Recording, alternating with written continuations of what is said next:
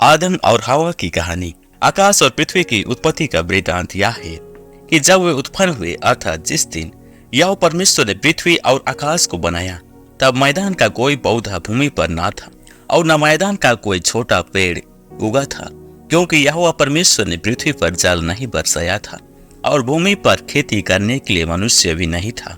तो भी कोहरा पृथ्वी से उड़ता था, जिससे सारी पृथ्वी से जाती थी। तब यहोवा परमेश्वर ने आदम को भूमि की मिट्टी से रचा और उसके नथनों में जीवन का श्वास फूंक दिया और आदम जीवित प्राणी बन गया। और यहोवा परमेश्वर ने पूर्व की ओर आदन में एक वाटिका लगाई और वहां आदम को जिससे उसने रचा था रख दिया। और यहोवा परमेश्वर ने भूमि से सब भांति के वृक्ष जो देखने में मनोहर और जिनके फल खाने में अच्छे हैं उगाए, और वाटिका के बीच में जीवन के वृक्ष को और भले या बुरे के ज्ञान के वृक्ष को भी लगाया। उस वाटिका को सींचने के लिए एक महानदी आदन से निकली और वहां से आगे बहकर 4 धाराओं में बट गई। पहली धारा का नाम पिशोन है। यह वही है जो हबीला नाम के सारे देश को जहां सोना मिलता है घेरे हुए है। उस देश का सोना चोखा होता है, वहां मोती और सुलेमानी पत्थर भी मिलते हैं। दूसरी नदी का नाम गिहोन है। यह वही है जो कुश के सारे देश को घेरे हुए है। और तीसरी नदी का नाम हिरेकेल है। यह वही है जो आसुर के पूर्व की ओर बहती है। और चौथी नदी का नाम भारत है। तब यहोवा परमेश्वर ने आदम को लेकर आदन के वाटिका में रख दिया कि वह उसमें काम करे और उसकी रक्षा करे। और यहोवा परमेश्वर ने आदम को यह आज्ञा दी, तो वाटिका के सब वृक्षों का फल बिना खटके खा सकता है, पर भले और बुरे के ज्ञान का जो वृक्ष है उसका फल तू कभी न खाना, क्योंकि जिस दिन तू उसका फल खाएगा उसी दिन अवश्य मर जाएगा। फिर यहोवा परमेश्वर ने कहा, आदम का अकेले रहना अच्छा नहीं, मैं उसके लिए एक ऐसा सहायक बनाऊंगा जो उससे मेल खाए। और यहोवा परमेश्वर भूमि में से सब जाति के बनेले पशुओं और आकाश के सब भांति के पक्षियों को राज कर आदम के पास ले आया कि देखे कि वह उनका क्या क्या नाम रखता है। और जिस जिस जीवित प्राणी का जो जो नाम आदम ने रखा वही उसका नाम हो गया। अतः आदम ने सब जाति के घरेलू पशुओं और आकाश के पक्षियों और सब जाति के बनेले पशुओं के नाम रखे, परंतु आदम के लिए कोई ऐसा सहायक ना मिला जो उससे मेल खा सके। तब यहोवा परमेश्वर ने आदम को भारी नींद में डाल दिया, और जब वह सो गया तब उसने उसकी एक पासली निकालकर उसकी जगह मांस भर दिया। और यहोवा परमेश्वर ने उस पासली को जो उसने आदम में से निकाली थी स्त्री बना दिया और उसको आदम के पास ले गया। तब आदम ने कहा, अब यह मेरी हड्डियों में की हड्डी और मेरे मांस में का मांस है, इसलिए इसका नाम नारी होगा, क्योंकि यह नार में से निकाली गई है। इस कारण पुरुष अपने माता पिता को छोड़कर अपनी पत्नी से मिला रहेगा और वे एक ही तन बने रहेंगे। आदम और उसकी पत्नी दोनों नांगे थे, पर लजाते ना थे। यहोवा परमेश्वर ने जितने बनेले पशु बनाए थे उन सब में सर्प धूर्त था।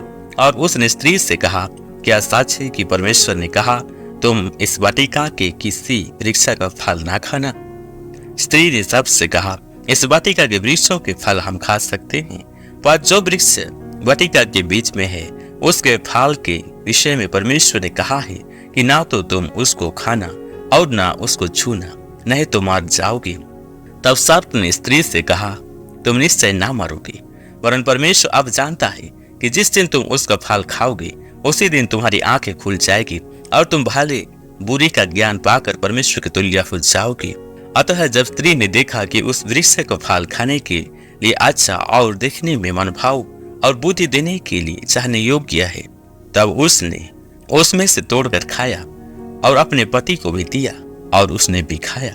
तब उन दोनों की आंखें खुल गई और उनको मालूम हुआ कि वे नांगे हैं, इसलिए उन्होंने अंजीर के पत्ते जोड़ जोड़ कर लांगोट बना लिए। तब यहोवा परमेश्वर जो दिन के ठंडे समय वाटिका में फिरता था उसका शब्द उनको सुनाई दी। तब आदम और उसकी पत्नी वाटिका के वृक्षों के बीच यहोवा परमेश्वर से छिप गए। तब यहोवा परमेश्वर ने पुकार कर आदम से पूछा, तू कहाँ है? तब आदम ने कहा, मैं तेरा शब्दबारी में सुनकर डर गया, क्योंकि मैं नांगा था इसलिए छिप गया। तब परमेश्वर ने कहा, किसने तुझे बताया कि तू नांगा है? जिस वृक्ष का फल खाने को मैंने तुझे माना किया था, क्या तूने उसका फल खाया है? आदम ने कहा, जिस स्त्री को तूने मेरे संग रहने को दिया है उसने उस वृक्ष का फल मुझे दिया और मैंने खाया। तब यहोवा परमेश्वर ने स्त्री से कहा, तूने यह क्या किया है? स्त्री ने कहा, सर्प ने मुझे बहका दिया, तब मैंने खाया। तब यहोवा परमेश्वर ने सर्प से कहा, तूने जो यह किया है इसलिए तो सब घरेलू पशुओं और सब घरेलू पशुओं से अधिक श्रापित है। तू पेट के बाल चला करेगा और जीवन भर मिट्टी चढ़ता रहेगा। और मैं तेरे और स्त्री के बीच में और तेरे वंश और इसके वंश के बीच में बैर उत्पन्न करूंगा। वह तेरे सिर को कुचल डालेगा और तू उसकी एड़ी को डसेगा।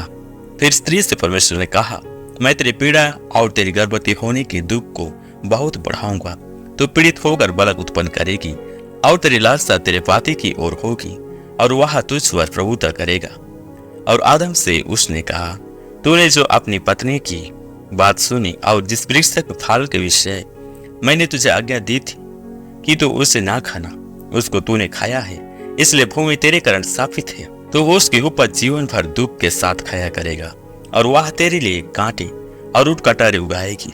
और तू खेत की उपज खाएगा और अपने माथे के पसीने की रोटी खाया करेगा और आंत में मिट्टी में मिल जाएगा, क्योंकि तू उसी में से निकाला गया है। तू मिट्टी तो है और मिट्टी ही में मिल जाएगा।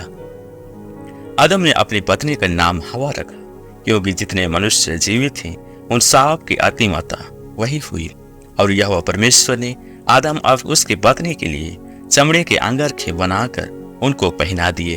फिर यहोवा परमेश्वर ने कहा, मनुष्य भले बुरे का ज्ञान पाकर हम में से एक के समान हो गया है, इसलिए आप ऐसा ना हो कि वह हाथ बढ़ाकर जीवन के वृक्ष का फल भी तोड़ के खा ले और सदा जीवित रहे।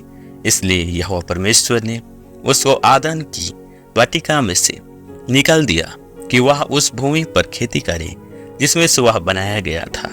इसलिए आदम को उसने निकाल दिया और जीवन के वृक्ष के मार्ग का पहरा देने के लिए आदन की वाटिका के पूर्व की ओर करूबों को और चारों ओर घूमने वाली ज्वालामय तलवार को भी नियुक्त कर दिया। तो मेरे प्रिय, इस प्रकार से परमेश्वर ने आदम को मिट्टी में से रचा और हवा को आदम की फसली में से बनाया और उन दोनों को आदन की वाटिका में रखा कि वे उसमें काम करें। और परमेश्वर उनको आशीष थी, परंतु कुछ दिनों के पश्चात वे पाप में गिर गए, परमेश्वर की आज्ञा को तोड़ दिए और इसलिए परमेश्वर ने उनको आदन की वाटिका में से निकाल दिया। फिर परमेश्वर ने उनको नहीं छोड़ा, उनको प्रेम किया और इस पाप के द्वारा जो मनुष्य परमेश्वर से दूर हो गया, उस दूरी को फिर से अपने साथ एक करने के लिए अपने पुत्र यीशु मसीह को दुनिया में भेजा। और यही प्रभु यीशु मसीह के द्वारा हम फिर से आज परमेश्वर के साथ एक हो गए।